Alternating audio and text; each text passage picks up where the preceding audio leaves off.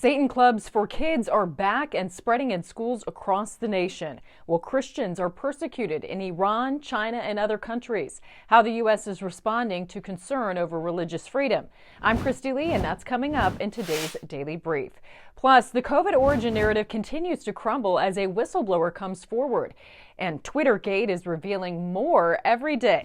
The New York Times is slammed for its silence on the latest Twitter leaks. Elon Musk has been releasing a bevy of documents and internal messages showing coordination to suppress the Hunter Biden laptop story just before a major election, and Twitter employees taking orders from government officials. Conservative radio host tweets, "There is not one single article about Elon Musk or the Twitter email release last night on New York Times app this morning."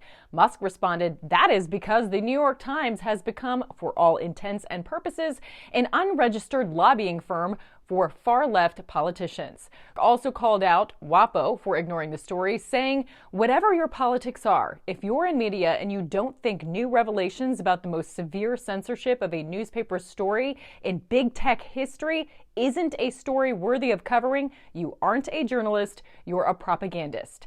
The revelations are getting even worse. Documents released also show the FBI was meddling.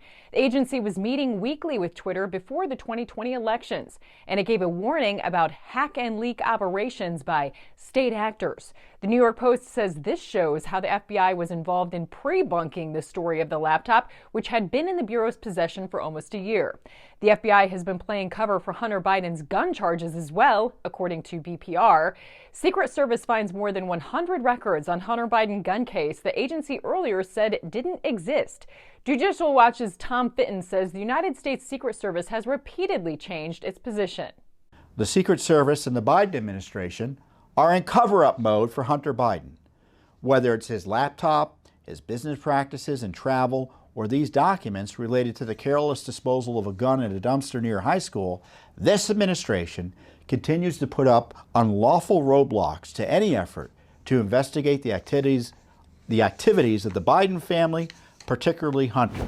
The Daily Mail reports COVID was genetically engineered and leaked from the Wuhan lab, according to a U.S. scientist whistleblower. Dr. Andrew Huff, the former VP of EcoHealth Alliance, says the pandemic is one of the greatest cover-ups in history and the biggest U.S. intelligence failure since 9/11. Dr. Huff says the U.S. government is to blame because it funded the research. In his tell-all book, The Truth About Wuhan, Dr. Huff says biosecurity at the Chinese facility was compromised. The after-school Satan Club is back, according to Summit News. A Virginia school says it can't discriminate against the club. The Satanic Temple tweets, "Join an environment free from threats of eternal damnation. Hey kids, let's have fun after school at Satan Club." A member of the Satanic Temple who organized the event argues that because the school has a Christian club, it also has to allow a Satan club. The Satanic Temple is offering to have the after-school Satan club at other schools. Libs of TikTok shared a flyer being handed out at an elementary school in Illinois. The U.S. is taking steps that could help protect Christians against persecution. U.S. Secretary of State Antony Blinken says the U.S. has designated China, Iran, and Russia, among others, as countries of particular concern under the Religious Freedom Act, according to Epoch Times.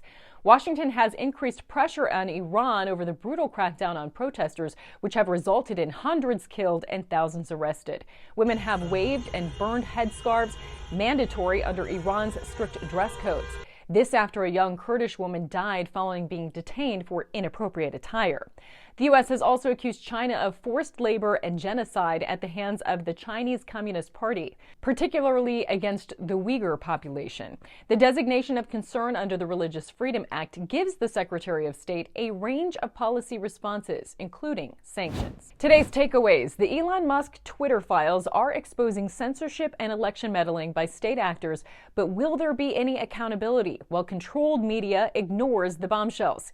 A Wuhan whistleblower is blaming our own government for the pandemic and efforts to hide the evidence. There's an effort to spread after-school Satan clubs, but as long as Christian clubs are allowed, what does the Bible say? The light shines in the darkness, and the darkness has not overcome it. John 1:5. And the U.S. is singling out countries for possible sanctions under the Religious Freedom Act. To learn more, be sure to go to AmericanFaith.com and subscribe to our daily newsletter. For American Faith, news you can trust, I'm Kristi Leigh.